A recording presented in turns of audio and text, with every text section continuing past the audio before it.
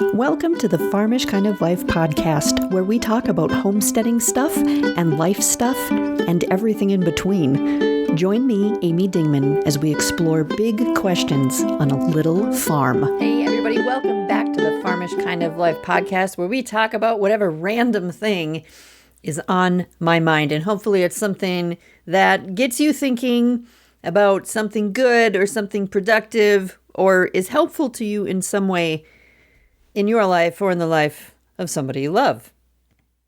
Today, I am on the front porch thinking about how just this weekend we had our first snow here at the Farmish place that I live at. People way north of me got way more snow, and people way south of me got a lot of snow. But, you know, it's supposed to be 50 or something this weekend. So this is what we do if we live in Minnesota. I don't know if this is a Minnesota thing or an everybody thing or a Midwest thing, or I don't know. Is it normal that you would gather on the front porch and you would talk about the weather? Because that seems like how we start off every conversation ever here. You run into someone and you got to talk about the weather. It's just the thing that breaks the ice. Start talking about how it's too hot or too cold, or it's beautiful, or the rain or the snow or the ice or the whatever that's coming down the pipe. I don't know. That's just what we do. Is that what you do where you live? And to continue on the Minnesota theme, if we were on the front porch, I would tell you a couple of weeks ago, there was a church here that was doing a lutefisk dinner. It's a thing that people do here. And I thought, you know what? I should go. I've never had lutefisk. It's a kind of fish, if you don't know. Apparently it smells horrible. Like I don't know. It looks terrible or smells horrible. But there are people who like it. Was it like Norwegian or is it Swedish? I don't remember what kind of thing it is. But lutefisk, okay? And there was a lutefisk dinner, and I thought, you know what, I should go because I've never had it, and I'm all about, you know, trying something at least once. So then you know, right? And I didn't make it to the lutefisk dinner, but I found out there's another one in another couple weeks at another church. Apparently this is a church thing. And so I'm thinking, should I go? Part of me wants to go because I just want to try it. So I'm wondering if any of you out there on the front porch have ever tried lutefisk. And what do you think of it? I would like to know. Email me at amy@afarmishkindoflife.com and let me know your thoughts on lutefisk, if you've ever had it, if it was a good experience. Because I know people who have said it's the most disgusting thing that they have ever eaten. And I know people who have said, I really like it. It's like anything, it's like liver or anything like that. It really depends on how it's prepared. You got to know what you're doing. You don't want to wreck the lutefisk. Apparently, I have no idea how to make it. It's not in my heritage, I don't think. But lefse is, you guys. Have you guys ever had lefse? Yeah, lefse is awesome. I don't know how to make it, but I love it. It's one of those things I should learn how to do someday. What else would we talk about on the front porch? Okay, let's get into it. The main thing that we would be talking about on the front porch would be, I took this job at my church as the church secretary, which has kind of turned into being the office manager, which some people say is the same thing. There's like a million different things to call this position, but I do refer to it now as office manager because I'm doing so much in the office. If you've been following on social media, and I think I even talked about it on the podcast, shortly after I took the job in July, our pastor of 23 and a half years announced that he was leaving to go to another church to be closer to his kids out of state. And so then it was like, oh my gosh, what are we going to do? People in the church didn't know how to handle that because he had been our pastor for so long. They'd never been through having another pastor. And so it was a really, really big deal. And this was right after I took the position. I was still trying to figure out what the heck I was doing. And now it was like, hey, guess what? The guy that is across the hall from you working in that other office, he's leaving. And if we're being completely honest, it's probably going to be a hot minute or a hot hour or like a hot 100 years before you find someone that's going to fill that position. There's a huge shortage of pastors right now. We have an amazing church. I love our church, but it's going to be a minute for us to find someone to fill that position. Anyway, having said all of that, obviously because I'm the only person in the office now, it's a little bit crazy. There's a lot of work and there's a lot of things that are being added to my plate just because of the nature of what's going on And I was thinking about this the other day, and here was the thing that came to mind for me. And this is kind of what I want to focus on as we're talking on the front porch today. It's that this weird thing that I've realized is this: the more chaos that is piled on, the more crazy that is kind of piled on, and oh my gosh, we have to figure this out, and oh my gosh, we have to deal with this, and what are we going to do? The more of that is piled on to my plate from other people, the calmer my brain has gotten. The more chaos is happening out there that I have to deal with. Oh, now my dogs are barking. The more chaos that is going on out there, that I have to try and figure out and wade through, the calmer my brain has gotten. Like, honestly, every time something new gets added to my plate, I feel this strange sense of peace settle in. It's almost like my brain goes, oh, finally, here's a challenge that we can sink our teeth into. It's the weirdest thing. I sat down the other day and I was like, you know what? I should be way more stressed out about this. And I'm not. I'm almost getting less and less stressed the more stuff that's happening, the more stuff that's being piled on. And I was joking about it the other day with someone, and they said to me, Amy, that sounds like a psychological issue. And I said to this person, well, maybe, but at least it's a functional one, right? But seriously, it got me to thinking, why do some of us feel more clear-headed and more focused and more, even more peaceful when things are kind of upside down? And I used to think, what is wrong with me? Like, why is that? Shouldn't I be falling apart when everything else is falling apart? But I've kind of started to think that it's not dysfunction. I think it's just how some of us are wired. Because when things are calm, and maybe you identify with this, when things are calm, I tend to overthink. Did that ring a bell with anybody out there? Let me refill your coffee cup and we can talk about this more. So things are calm, I overthink. Everything's going great and it's awesome and life is awesome, I start to overthink. And I start 17 different projects and I stress about which one of those projects matters the most. And then I end up like reorganizing my sock drawer or something to feel productive, to feel like I actually got something done. That's kind of how it is when things are calm. But when things are chaos, y'all, my brain finally gets quiet. I know exactly what needs to happen next, and I just do it. Does anybody else get that? Maybe you are the one who everybody calls when things fall apart because they know that you don't freak out. And you just start making lists of what needs to be done, and you make the coffee, and you deal with the stuff. Maybe you are one of those people who find your peace through action. You find your peace through organizing the mess. You find your peace like that. So it's almost like there's this calm that shows up when life is on fire. And I don't think that's like an issue. I don't think it means you're like this broken mess of a person. I think it might actually be a gift. So I was thinking about this, and here's what I've kind of come to realize. When life gets nuts and I get calm, it's not that I love chaos. It's not that I'm like, yes, chaos is awesome. It's that chaos finally tells my brain what to do. When everything around me is loud and messy and just like, rah, there's this like laser focus that kicks in. And I stop worrying about perfection and I stop questioning if I'm enough. I stop trying to make things look good and I just move. I just do the thing.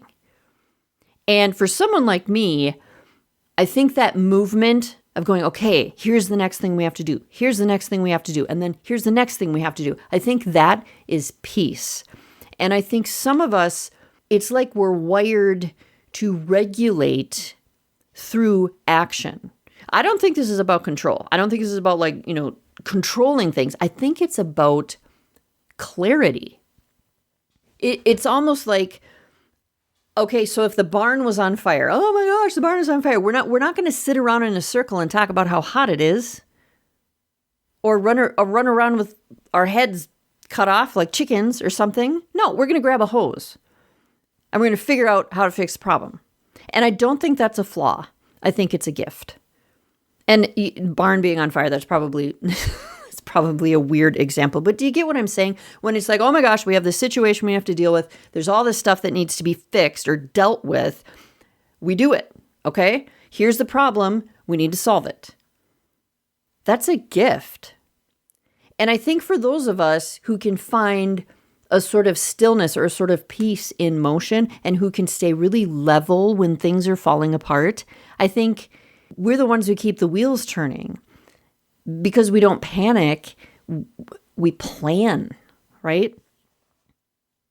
And that doesn't mean that there's no bad side to it. Doesn't mean there's not like a shadow side to it, because there is. And I think it's important to talk about that, because when this can become a problem is when you start creating chaos just so you can then feel that sense of calm and control that comes with it. And maybe you know people like this. Maybe you've been this person at some point. Maybe you're the person who picks a fight because you don't know what to do when it's quiet. And so you're going to stir up the stuff because you don't know how to deal with the quiet, or you're going to stir up drama, or you're going to overcommit yourself just so you can feel productive again. Just so you can be like, oh my gosh, now I've created all this chaos so then I can fix it. That's a problem. Maybe you know someone who is like, they say everything's fine, but secretly they're thriving on the fact that everything is not fine. That's when it becomes an issue. And if that's where you are, you need to take a minute, because peace that depends on disaster, that's not peace. That's like adrenaline in disguise or something. That's just like, I don't know. It's not good. And you have to watch that line. You want to use the calm that comes from chaos to serve people and to make things better. You don't want to use it to stress people out. You want it to bring order to everything. You don't want to manufacture fires to put out. Do you know what I'm saying? Does that make sense? So now when things are getting wild, like they are at church right now, at the place that I work, I take that calm as a reminder that this is what I'm built for. I was put here for a reason. I am in this position for a reason. This all worked out the way it was supposed to. I am in the job that I was supposed to get, that I didn't know that I wanted. And I'm here for a reason, because right now things are a little bit crazy and there's a lot of stuff that needs to be dealt with, and more stuff than we even realize, because when the pastor leaves, it shows where the holes are, or how things have just been kind of running because they're the way they've always ran. And then when somebody leaves out of that equation, you're like, what do we do with all this stuff? What do we do now for, X, Y, and Z? So that is what I'm dealing with right now. And I like it.